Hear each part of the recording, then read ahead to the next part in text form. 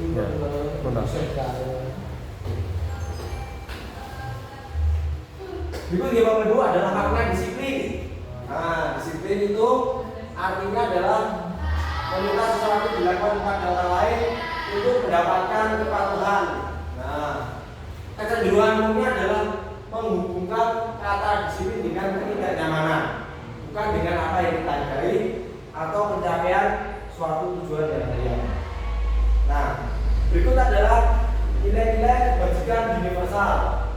Nah, di sini tertuang dalam profil pelajar Pancasila, yaitu beriman, bertakwa kepada Tuhan Yang Maha Esa, dan berakhlak mulia. Berikutnya mandiri, kemudian bernalar kritis, berkebinekaan global, bergotong royong, serta kreatif.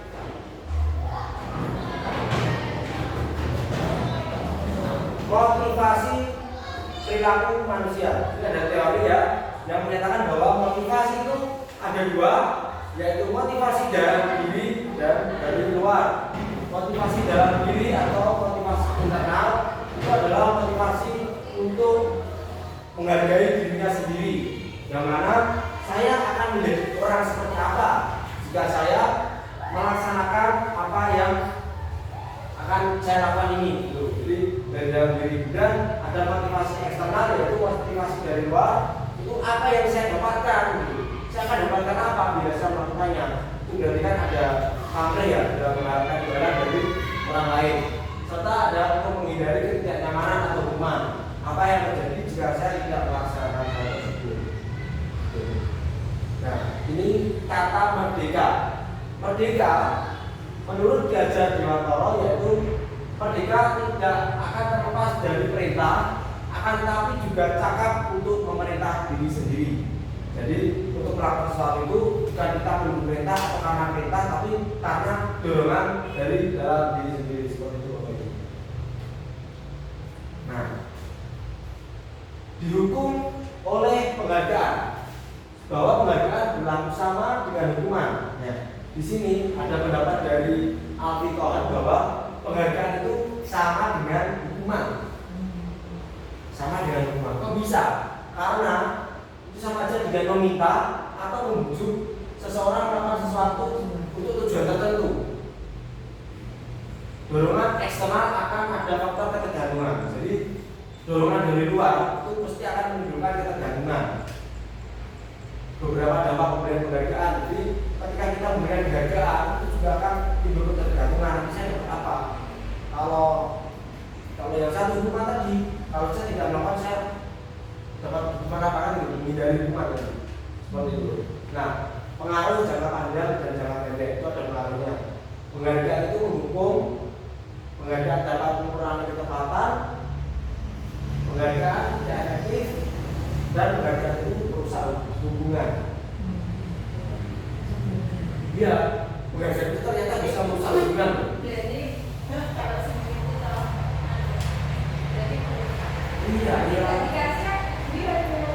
Jangan kita sudah sedikit mengulas ya. Hari Senin jika ada hadiah, anak-anak antusias semangat, maju ya. Iya, tapi begitu tidak ada hadiah, apa yang terjadi sama anak?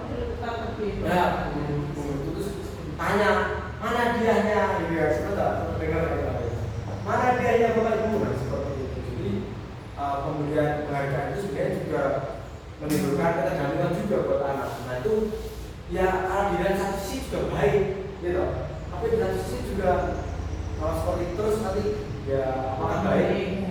Kurang baik. Gitu. Nah, penghargaan itu juga bisa menurunkan kualitas dan mematikan kreativitas serta bisa mengurangi motivasi dari dalam diri. Nah, ini ada banyak, saya bacakan ya. Ya. Pertama, penghargaan hanya berlaku bagi seorang yang melakukan sesuatu hanya dalam jangka pendek. Jika kita menggunakan penghargaan lagi dan lagi, maka orang itu akan bergantung pada penghargaan yang diberikan, serta akan kehilangan motivasi dari dalam. Yang kedua, penghargaan itu bisa dikatakan tidak efektif karena seseorang mengharapkan penghargaan tidak akan mendapatkannya, maka akan kerja, nggak dapat. Maka dia akan kecewa dan berkecil hati. Mungkin besok nggak usah maju lagi, nggak dapat hadiah. Gitu. Saya udah maju kemarin tapi nggak dapat hadiah. Nah, itu. Tapi penghargaan itu tidak hanya dia. Ini juga penghargaan. Ah iya. Iya. Tangan. Kalau coba tonton tepuk tangan untuk anak yang susah itu juga hadiah. Iya, penghargaan ya. Penghargaan. Nah, itu loh. Tidak harus bentuk materialistis. Nah, gitu. Nanti bisa kami sebutkan lagi ya, Pak. Makasih penghasilannya, Pak. Nah, berikutnya, ketiga, dikatakan juga bahwa penghargaan itu merusak hubungan. Sebagai contoh, jika seorang yang mendapatkan penghargaan, maka bisa membuat temannya mungkin iri atau kamu dapat atau enggak. Ya, contoh jalan santai. Dari PGRI, naik ke sepeda tak kok orang. Itu bebas lah. Itu kan bebas kalau ini kan menghargai ketika dia meraih apa gitu. Maju ke depan dapat buku. Nah temennya kan, dapat buku. Padahal kan tadi misalnya dia juga duduk Pak, ngaco juga. Nah tapi ketika itu saya lucu yang ini biasa tuh enggak. Nah itu padahal dia juga merasa nah itu kan bisa urusan hubungan juga tadi. Oke. Untuk memberi semangatnya tidak maksimal. Karena nongkrong berikutnya penghargaan itu mengurangi ketepatan. Untuk poin ini saya mengatakan bahwa benar-benarnya hanya dikatakan bahwa banyak mendapat penghargaan ternyata banyak yang jawabannya kurang tepat. Ya, jadi cuma kayak maju pengen dapat hadiah tok gitu Pak. Gitu. Padahal jawabannya mungkin kurang tepat atau sebenarnya seperti itu. Penghargaan itu menghukum dalam satu kejuaraan, dalam pemberian juara kelas, akhirnya mendapatkan juara. Yang tidak mendapatkan juara akan merasa terhukum. Nah, tentunya perasaan hukum ini hanya akan dirasakan oleh yang tidak mendapatkan juara. Seperti itu. Nah, pernyataan-pernyataan di atas mungkin sangat memiliki arti kita. Satu sisi, kita pun sering berada pada posisi tidak juara. Kita pun merasakan rasanya kecewa. Namun di sisi lain, kita merasa alangkah tak berwarna hidup jika tidak ada kejuaraan-kejuaraan. Hidup datar tanpa motivasi berprestasi. Gitu. Kalau ada juara-juara ini, negatif ini, sini, maka tugas seorang gurulah yang bisa menjembatani hal ini. Bagaimana seorang siswa termotivasi untuk berprestasi, namun dia tidak melantak saat tidak meraih prestasi, tidak menjadi juara. Bagaimana menata hati saat mendapatkan kemenangan atau sebaliknya, tidak putus asa saat apa yang diharapkan itu tidak tercapai. Nah, saya kira Bapak Ibu sudah mulai memang sudah menerapkan hal tersebut di Bapak Ibu. Nah, sini bentuk program kebajikan atau apresiasi. Nah, ini Pak yang tadi Pak sampaikan dalam memberikan apresiasi pengakuan perlu diingat beberapa hal. Pengakuan secara khusus. Jadi gimana ya kalau dalam program ini pemberian pengakuannya secara khusus. Jadi langsung selamat ya. Salam pribadi. Nah, ya khususnya mau pribadi bersama pribadi. Beri pengakuan kepada semua murid. Jadi kalau bisa memberikan apresiasi kepada semua murid. Ya semua anak buat semuanya pada waktu event-event tertentu. Acara gembira. Jadi ketika misal dalam kelas ini, dalam kita satu kelompok ini, dalam juara mungkin ada. Tapi kita memberi pengakuannya pada semua. Hebat, memang kelas 5 ini memang hebat anaknya. Jadi anak-anak yang lain juga merasa bangga juga, senang juga. Jadi bukan paham dong. Seperti itu. Beri pengakuan secara konsisten, jadi pengakuannya secara konsisten pada anak-anak itu. Serta fokus pada proses. Jadi mau continue. Ya, continue. Di sini ada contoh pengakuan apresiasi kebajikan. Nah, di sini kalau memberikan apresiasi itu kalau di jadi ada pembuka, ada nilai kebajikannya apa, kemudian statusnya. Misalnya kemarin Pak Har habis menolong Bunda gitu. Nah, terus kemudian bisa disampaikan. Kemarin saya perhatikan rasa empatimu besar sekali, jadi meningkatkan nilai kebajikannya. Rasa empatimu besar sekali pada saat menolong murid baru yang jatuh kemarin misalnya itu kan. Jadi disebutkan. Dan saya menghargai kepedulianmu pada saat kamu membantu teman-temanmu dalam tugas kelompok. Kemudian bisa juga dengan mengucapkan terima kasih untuk rasa tanggung jawabmu pada saat kamu memungut kertas-kertas yang berserakan di lantai. Jadi memberikan apresiasinya mungkin seperti itu. Jangan terima kasih atas rasa apa, rasa tanggung jawab. Terima kasih atas kejujuranmu yang mengerjakan soal dan teliti dan sendiri bisa juga. Nah ini di sini masuk ke materi yang hukuman atau konsekuensi. Nah di sini ada tindakan dulu. Coba dibaca dulu Bapak Ibu sambil dipikirkan jawabannya. Apakah itu hukuman atau konsekuensi?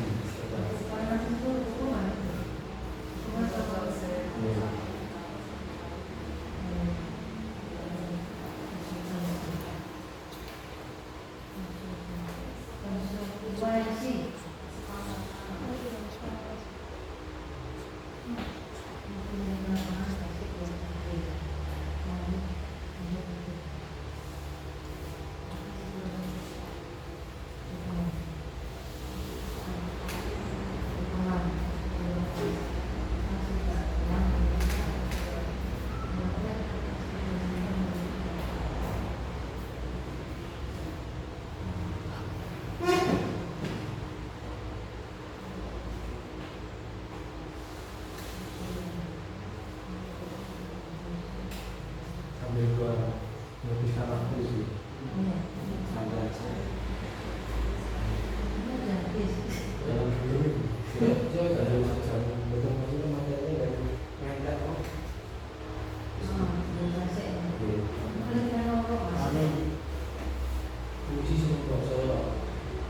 Coba baca puji dulu. Tadi tanggapannya bagaimana puji? Bukan apa ya? Ya aku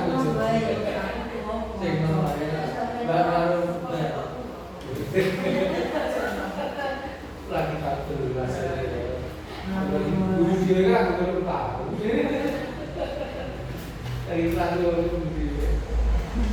Oke, Bapak Ibu, di sini ada tindakan guru. Nah, kita akan golongkan bahwa itu hukuman atau konsekuensi. Nah, saya ingin coba mendengar pendapat dari yang pertama Bu Ana ya. Bu Ana. Coba dibaca Bu Ana. Mencatat 100 kali di dalam buku kalimat. Saya tidak akan terlambat lagi karena terlambat ke sekolah. Konsekuensi. Konsekuensi. Konsekuensi ya. Oke, kenapa konsekuensi?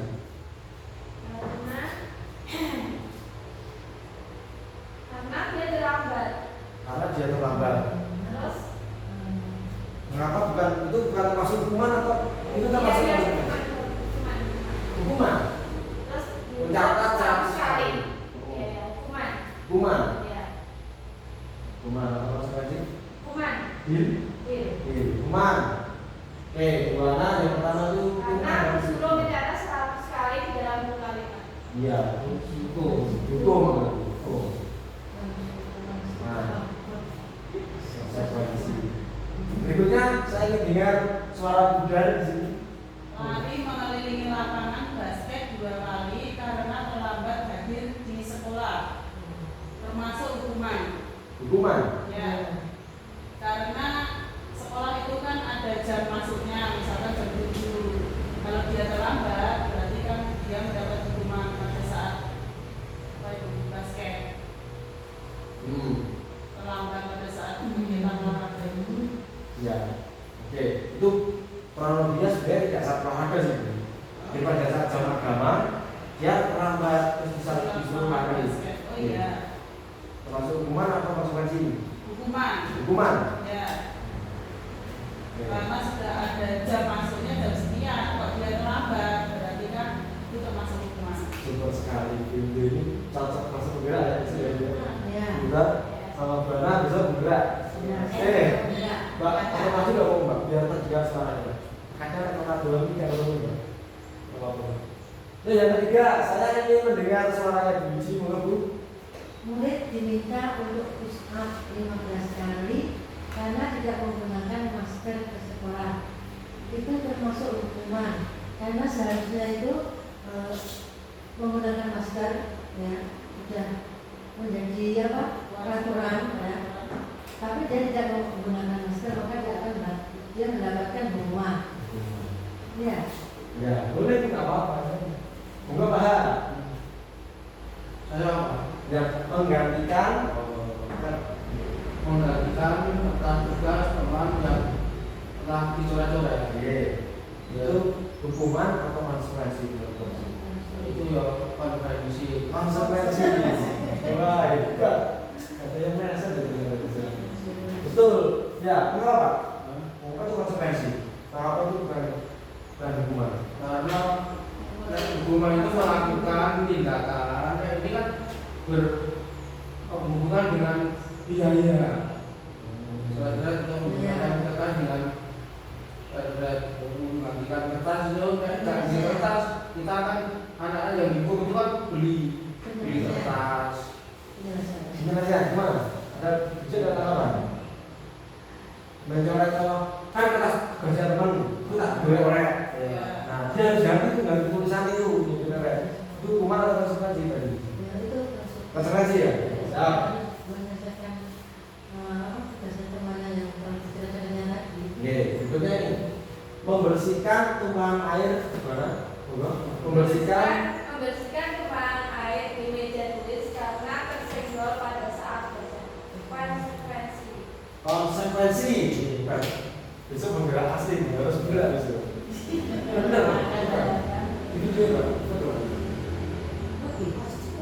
Enggak, dia Pak.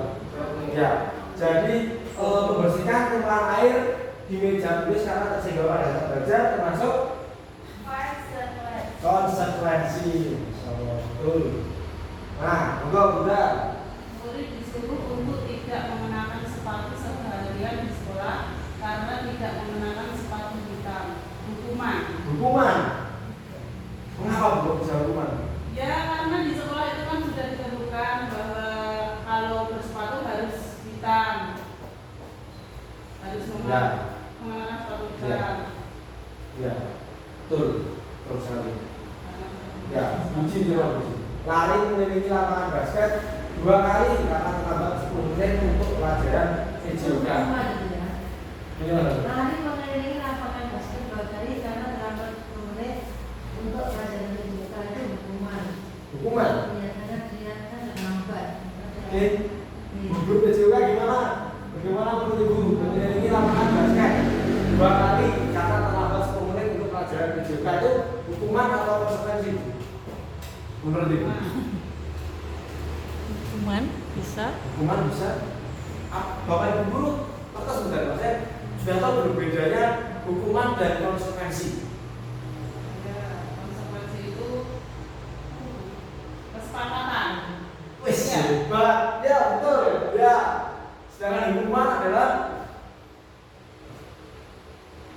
hukuman Kebijakan. Karena melakukan Sesuatu kesalahan. harus dikerjakan karena melanggar. Karena melanggar kesepakatan. kesepakatan. Oke, baiklah. Hebat sekali. Ini Bapak Ibu jawabannya ya. Baiklah Bapak Ibu. Yang salah guru PJOK namanya. Bahwasanya mencatat 100 kali di dalam buku kalimat saya tidak akan terlambat lagi ketika terlambat itu termasuk hukuman. Betul sekali teman-teman. Hukuman yang berada. Hukuman karena tidak relevan ketika dia terlambat sekolah kalau menulis 100 kali di bukunya saya tidak akan terlambat lagi. Itu kira-kira apa bisa akan jerat atau enggak kan saya kita juga kurang tahu. Nah, malah kita Pak, Malah tidak masuk. malah tidak masuk ya Pak. Iya. Anak sini nggak masuk. Sama aja. Jadi Iya Pak, betul sekali. Wah, bisa nggak masuk sekolah itu anak. Iya, seperti ini. Terlambat hadir di sekolah. Nah, dinyatakan 2 kali. besok dikerjakan dari Dikerjakan. Betul sekali. Itu pasti dikerjakan ya Pak. Saya jangan kerjaan itu. Kalau besok mesti ya bilang kamu dua aku malah Betul. macam-macam. Itu itulah fungsi kontrol tadi Pak. Bahwasanya guru sekolah bisa kontrol, benar. Anaknya dulu kontrol, tas lari-lari dia. Tapi besoknya pasti tidak masuk. Betul sekali. Diminta push up karena tidak menggunakan masker itu juga hukuman. Itu hukuman. Nah ini benar. Menggantikan tugas teman yang dicoret-coret, misalnya nih, Yuda nyoret-nyoret tugasnya. Itu yang tadi Bapak sendiri itu konsekuensi ya? Konsekuensi Bu, mengapa? Ayo, ada yang tahu saya nggak konsekuensi? Itu sampai jawabnya sama. Masih 2 kali karena terlambat 10 menit untuk pelajaran kok bisa konsekuensi. Karena ini pada saat pelajaran PJOK kan bisa juga ada pemanasannya kan? Itu Ya maksudnya masih ada aktivitas fisiknya kan ada gitu loh. Dan anak-anak mungkin pada saat itu bisa menerima kalau pelajaran PJOK. Tapi kalau pelajaran pada saat kelas agama gitu, dia duduk terus dia terlambat gitu loh. Ya suruh lari itu kan nggak ada korelasinya sama itu. Nggak ada hubungannya dengan betul pelajaran. Saat ada agama, kamu baca surah Al-Fatihah 3 kali. Nah itu maksudnya ada konsekuensinya di situ. Kalau PJOK ya wajar, ya dia pelajaran PJOK terus masuk suruh lari itu kan termasuk pemanasan juga. Habis itu kalau dua putaran, dia mungkin masih menerima. Berapa seperti itu. Masih dalam Nah ini, betul. Di sini saya tampilkan bahwa perbedaan hukuman dan konsekuensi. Bahwasanya hukuman itu sesuatu yang menyakitkan harus terjadi. Gitu, itu menyakitkan hukuman itu. Kalau konsekuensi itu harus terjadi. Gitu, Harus dilakukan. harus dilakukan. Gitu. Nah, hukuman itu membuat anak sakit fisik maupun nanti untuk jangka waktu yang lama. Kalau konsekuensi itu membuat anak merasa tidak nyaman dalam jangka waktu pendek. Oke, terus hukuman itu bisa membuat anak menjadi benci disiplin, Pak. Membenci disiplin. Gitu. Jadi tidak senang disiplin. Atau anak hukum lari, nah itu kan jadi senang. Nah itu bisa anak menghargai disiplin kalau kita menerapkan konsekuensi. Kalau hukuman itu bersifat paksaan. Kalau konsekuensi itu ada stimulus, kemudian ada respon, ada tanggapan dari anak itu. Ya hukuman itu mendorong anak menyakiti diri sendiri. Kalau konsekuensi itu mendorong anak agar mudah menyesuaikan diri. Jadi dia beradaptasi. Oh ternyata aku tuh terlambat ya. Oh seharusnya aku besok apa biar tidak terlambat seperti itu. Jadi bisa untuk menyesuaikan diri. Ada perubahan dalam diri. Hukuman itu konsep diri yang buruk, sedangkan konsekuensi itu konsep diri yang baik. Nah, di sini ketika kita memberikan hukuman, anak itu akan cenderung belajar menyembunyikan kesalahan. Ya, anak-anak akan cenderung menyembunyikan kesalahan. Tapi ketika kita punya konsekuensi, maka anak belajar mematuhi peraturan. Hukuman itu bisa menunjukkan marah, rasa bersalah, dipermalukan, merasa tidak dihargai. Dengan konsekuensi itu kita hanya akhiran dan dibuat tidak nyaman atau dihasilkan untuk sementara. Seperti itu. Tanya Pak. Ya. Kalau tadi disuruh putar lapangan saat pelajaran PJOK masuk konsekuensi nggih. Terus misalkan gini, di tempat kita kalau kita mengajarkan anak-anak untuk tidak berbicara kotor, misalkan ada anak yang bicara kotor, terus saya menyuruh, ayo push up 10 kali, itu masuknya yang bagaimana? Itu Hukuman atau konsekuensi? Kalau itu masuk hukuman. Masuk hukuman. Hukuman. Nah, untuk mendalami konsekuensi sendiri nanti ada yang istilahnya segitiga restitusi. Nanti bisa kita bahas tadi bab selanjutnya ada.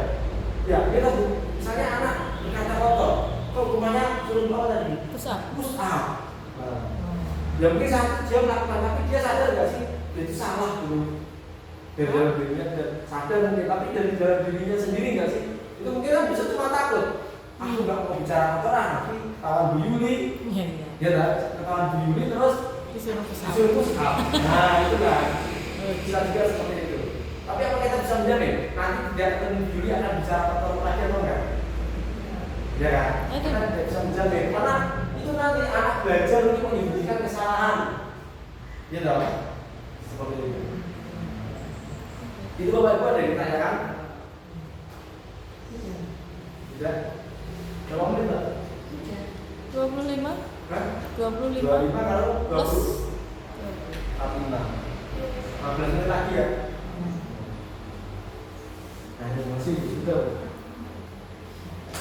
Nah, Bapak Ibu, di sini ada istilahnya restitusi. Nah, what is the meaning of restitusi? Di sini restitusi adalah proses menciptakan kondisi bagi murid untuk memperbaiki kesalahan mereka sehingga mereka bisa kembali pada kelompok mereka dengan karakter yang lebih kuat. Restitusi juga merupakan proses kolaboratif yang mengajarkan murid untuk mencari solusi tentang masalah mereka dan membangun murid berpikir bagaimana orang seperti apa yang harus mereka inginkan atau mereka ingin menjadi seperti apa gitu. Itu tujuan mulia dan bagaimana mereka harus memperlakukan orang lain. Itulah restitusi. Jadi mereka itu menjadi ketika mereka berbuat kesalahan, mereka akan menjadi karakter yang lebih kuat dan membantu mengajarkan mereka untuk mencari solusi pada masalah mereka sehingga membantu murid berpikir bagaimana kita itu mau menjadi orang seperti apa. Seperti itu. Itu adalah proses daripada restitusi. Dan di dalam lembaga ini makanya kita diminta untuk membantu anak. Jadi biar kayak introspeksi diri loh. Anak diminta untuk introspeksi diri seperti itu. Nah, di sini ada identitas gagal dan identitas sukses atau disiplin. Identitas gagal itu adalah pemberian hukuman yang tadi. Jadi sesuatu yang menyakitkan yang harus terjadi, tidak nyaman untuk murid, kemudian anak itu menjadi posisinya seperti korban. Karena dia dihukumkan, murid akan tersakiti, perilaku pasif dan agresif meningkat, sistem tidak akan berjalan jika murid tidak takut berlaku hanya pada sebuah institusi, tidak berlanjut pada kehidupan nyata. Nah, seperti tadi, cara kotor, mungkin di sekolah dia tidak bicara kotor, tapi di luar apakah dari bicara kotor atau enggak? Kemudian peraturan adalah kamu harus, kemudian murid atau anak membenci peraturan. Nah, sedangkan identitas atau penerapan yang sukses itu adalah tadi konsekuensi, yang berikutnya ada restitusi. Nah, konsekuensi tadi yang sudah kita bahas ya. Nah, konsekuensi tadi itu perlu monitoring dari supervisi terus menerus dari dulu, membantu penerapan mengikuti peraturan dalam masyarakat. Apa peraturannya? Seperti itu. Kalau kita mau tanya konsekuensinya, misalnya tadi membuat kertas ulangan temannya sobek, terus kira-kira peraturannya apa kalau menyebutkan kertas ulangan teman? Ganti Pak, itu konsekuensi. Jadi anak masih mikir sendiri itu. Kemudian murid menghormati peraturan, itu masih netral. Yang positif adalah restitusi. Restitusi merupakan pilihan menguatkan untuk murid atau anak dalam jangka waktu yang panjang. Korban mendapatkan ganti, murid atau anak mendapatkan penguatan, masalah terpecahkan, murid belajar bertanggung jawab, fokus pada pemecahan masalah dalam jangka waktu yang panjang, serta ini yang paling penting loh. Biasanya kita harus menanyakan apa yang kamu yakini, apa yang kamu lakukan untuk memperbaiki masalah ini, seperti itu. Murid atau anak menghormati dirinya dan orang lain. Jadi ada 3 perbedaan perlakuan gitu, hukuman, konsekuensi, dan restitusi. Nah, kalau restitusi itu dari dia dan diri anak, apa yang bisa kamu lakukan untuk memperbaiki salah itu. Nah, di sini Bapak Ibu 9 ciri restitusi. Monggo disimak dulu, dibaca dulu.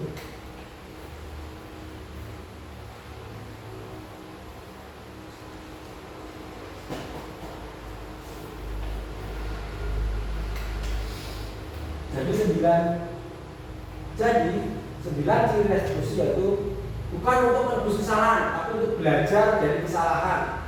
Yang kedua, memperbaiki hubungan. Yang ketiga adalah tawaran. Kemudian restitusi itu menuntut untuk melihat ke dalam diri, serta fokus pada solusi, serta mengembalikan murid yang berbuat salah pada kelompoknya. bahasanya terlalu tinggi ya. Iya, bahasa di Indonesia memang seperti itu, kebajikan, seperti itu, restitusi. Sebenarnya ini kayak kita sebenarnya sudah pernah melakukan semua. Hanya istilah-istilahnya dari istilah Ini istilah istilah cak kuliah. ini istilahnya apa? Nah, awal ini PhD sopo. Nah, berikutnya ada yang namanya keyakinan kelas. Keyakinan kelas. Dalam hal ini, nah, mengapa tidak peraturan saja? Mengapa harus keyakinan kelas? Gitu. Nah, dalam hal ini tuh kita tuh kan biasanya kita buat peraturan. Nah, dalam istilah sekolah penggerak atau penggerak, istilah itu jadi keyakinan kelas. Tidak tata tertib sekolah, tapi keyakinan sekolah. Karena menanamkan keyakinan dulu dari diri masing-masing sendiri. dari hati anak. Iya. Ini contohnya, mengapa kita memiliki peraturan yang harus menggunakan helm bila mengendarai kendaraan roda 2? Mengapa kita memiliki peraturan 3M, masker, mencuci tangan, menjaga jarak? Mengapa kita memiliki peraturan yang datang tepat waktu pada saat pelatihan? Nah, untuk mendukung motivasi intrinsik, kembali ke nilai-nilai keyakinan lebih menggerakkan seorang dibandingkan mengikuti serangkaian peraturan-peraturan. Bergerak bergerakkan inovasi baru. G, diharapkan bisa menimbulkan inovasi-inovasi baru. Nah, di sini skopnya ya kalau untuk peraturan kelas, kemudian peraturan kelas ini akan menjadi suatu keyakinan kelas. Nah, keyakinan kelas ini akan menjadi lingkungan positif. Dari lingkungan positif akan menjadi suatu budaya yang positif, budaya baik. Nah, gitu. Sebenarnya misalnya kita sudah banyak budaya positif yang berangkat seperti kemarin, terus apa salam menyapa murid seperti itu, membersihkan lingkungan bersama seperti itu, sudah termasuk budaya positif. Ya.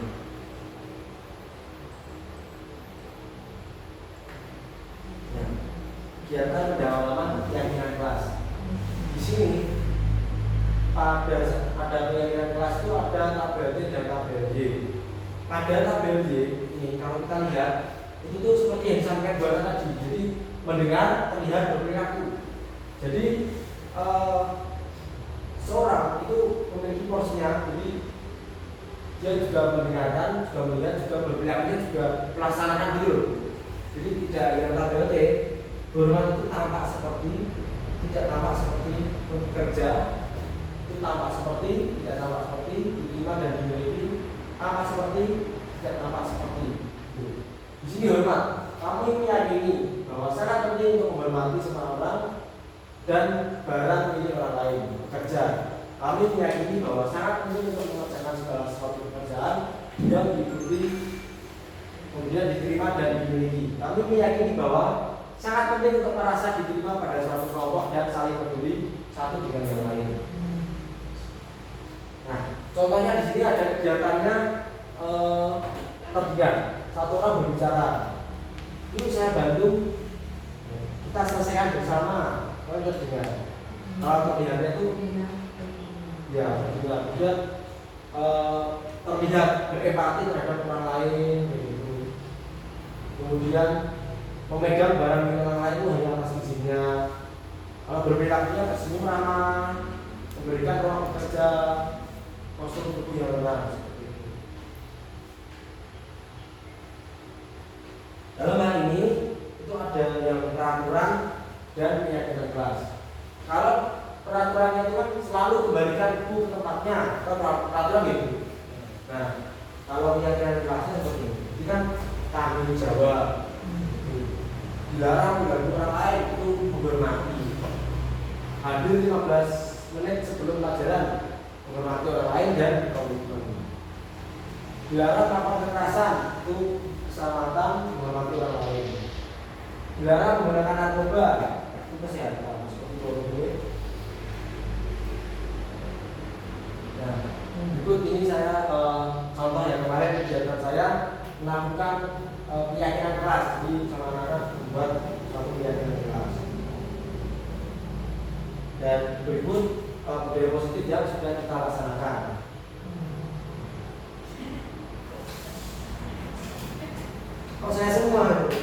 kemarin saya ambil posisinya sendiri. Kamu tidak. Ya, ini di masjid. Ya, di posisi di masjid. Itu loh. Nah, ini kemarin diskusi kelas, lingkungan sekolah, ini kegiatan pembelajaran, secara diskusi kelompok, kemudian membersihkan kelas. Oh, video. Seperti ini kemarin. Nah, ini dari pelakon juga. Masa kemarin mungkin di sekolah kita kemarin ini. Kapan lagi tidak ada lagi? Mau ada kapan lagi? Seperti itu. Ya. Nah ini Bapak Ibu, nah, kebutuhan dasar manusia dan dunia berkualitas. Nah kebutuhan dasarnya manusia ada 5 ya di sini. Sebelum mas, selesai. Nah kebutuhan dasar apa lagi Pak? Kebutuhan dasar manusia ada 5: bertahan hidup, kesenangan, rasa kasih sayang, penguasaan dan kebebasan. Nah, di sini ada 5 posisi kontrol. Seperti yang saya sampaikan tadi bahwa kita sebagai guru itu bisa memilih 5 posisi kontrol. Apakah kita sebagai penghukum, sebagai pembuat rasa bersalah, sebagai teman, atau sebagai pemantau, atau sebagai manajer. Nah itu. Kalau identitas yang gagal atau peraturan dari luar atau sebagai penghukum ya, penghukum sama pembuat rasa bersalah. Berarti di situ kita melakukan identitas yang gagal. Contoh, guru menghardik atau menyakiti atau menyindir murid-muridnya. Kemudian guru berkata, kalau kamu tidak melakukan, awas ya. Itu sebagai penghukum. Kemudian hasilnya itu anak bisa memberontak, menyalahkan orang lain, anak jadi bohong, nah, gitu. Terus bisa aja murid, kalau yang murid besar ya, itu bisa berkata, biarkan saja, nanti juga marah-marah lagi seperti itu. Ya, kalau gurunya sering marah-marah, kemudian dampak pada murid itu, murid pasti mengulangi lagi kesalahan. Itu kalau sebagai hukum. Kalau membuat rasa bersalah, itu berceramah biasanya. Ibu kecewa, kalian membuang sampah sembarangan. Kamu tidak seharusnya melakukan itu. Nah, itu sangat kecewa. Kamu seharusnya sudah tahu itu lelah sekali. Ibu stres. Seperti itu. Dicapai aja kalian rame baik gitu. Nah, itu bisa membuat itu anak bisa terus merasa bersalah. Maafkan saya ya, dosa tidak saya ulangi lagi. Nah, itu membuat rasa bersalah. Nah, kemudian ada teman, guru sebagai teman membuat alasan untuk ayolah kerjakan. Nanti kalau tidak kamu kerjakan nanti saya dimarahin Pak Farid. Itu kan posisi sebagai teman. Masa kamu tidak mau? Ingat, itu pernah bantu kamu. Jadi saya pikir Bapak Ibu itu teman saya, ternyata begitu. Dan memang tidak mandiri. Kalau sebagai pemantau itu bisa gini, apa peraturannya? Apa peraturannya jika terlambat? Jadi sudah menanyakan peraturannya. Ya, berapa banyak bintang yang harus saya peroleh? Jadi pembelajarannya pakai hadiah-hadiah itu. Bintang, oh benar ya, kasih bintang. Bintang 1, bintang 2, bintang 3, ada seperti itu. Bintang 7. Bintang 7. bintang 7, enggak sampai ke Pak. Nah, ini yang kita harapkan, kita berposisi sebagai manajer. Jadi kalau manajer itu kita bertanya, apa yang kamu yakini? Apa yang kamu bisa kerjakan untuk memperbaiki masalah itu? Jadi nanti anak akan berpikir bagaimana cara menyelesaikan permasalahan yang dia buat. Bagaimana cara saya bisa memperbaiki keadaan yang seperti itu. Nah ini contohnya pernyataan-pernyataannya. Saya kecewa sekali dengan kamu. Berarti dia punya sebagai pembuat merasa bersalah. Kemudian kalau manajer ya diharapkan bagaimana kamu bisa menyelesaikan masalah ini.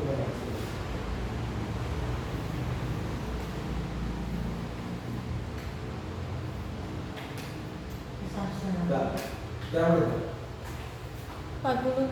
40. Karena 20 mau sejam ya? Pas desa. Sejam. Sampai terakhir Pak.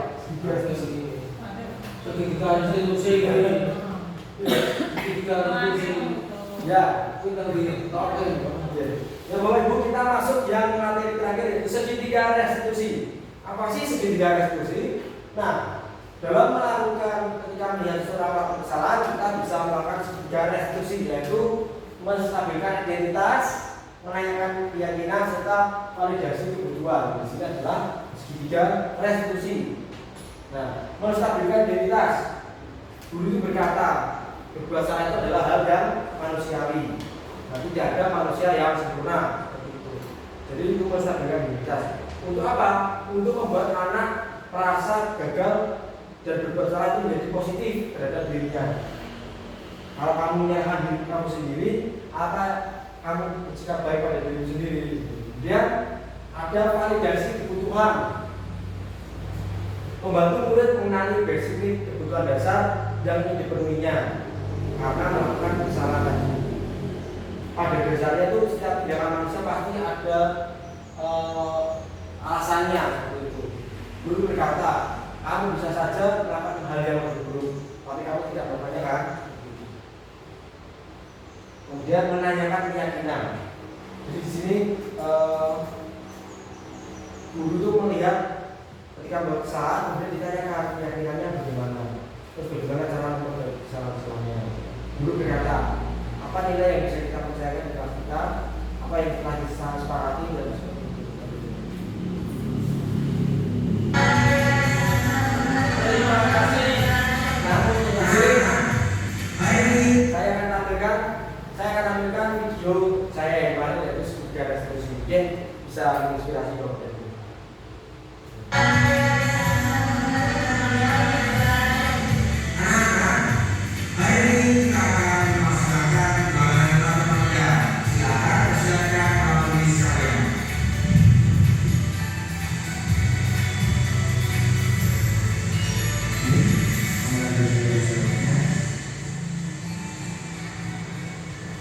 Di sini ada saya melaksanakan pelanggaran matematika. Kemudian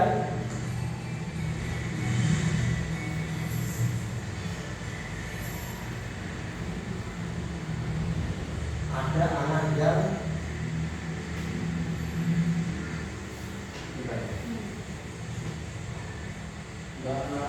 Ikal, iya kolaborasi, kolaborasi ada pembelajaran. Nah, aku kurang tahu. Aku tak main sing tanam. Aku ternyata apa yang dilakukan salah seorang siswa itu mencontek melihat. Ya, skenario. Tapi skenario, nggak apa-apa dari mana. Kurang percaya diri. Lagu Cinta aja. apa wis sepeda aku nonton ini malah melayu apa? Jawab apa? Ora mulai ora dulu barang. PMG ya turun buku ini. Nah,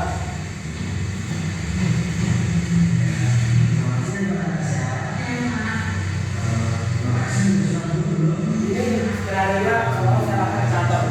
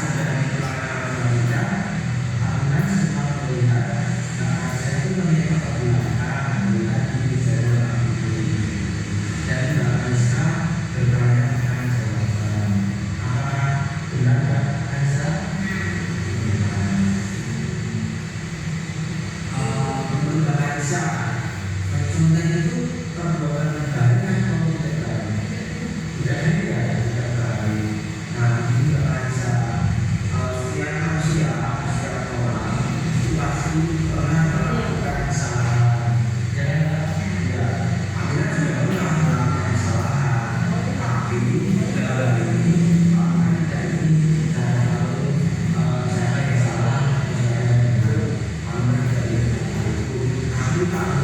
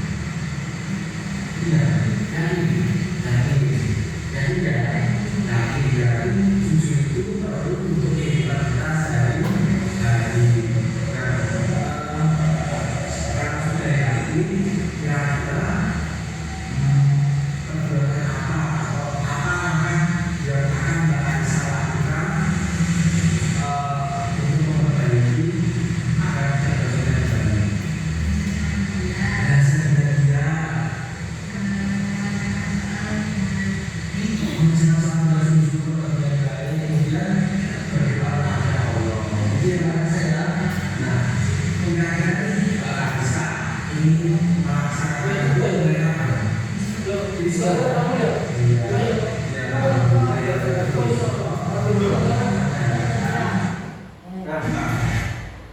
itu ya Bapak Ibu ya. Tadi sekian diseminasi video dari saya. Jika ada salah katanya saya mohon maaf. Assalamualaikum warahmatullahi wabarakatuh. Oh iya. Terima kasih Pak. Ya, makasih. Terima kasih.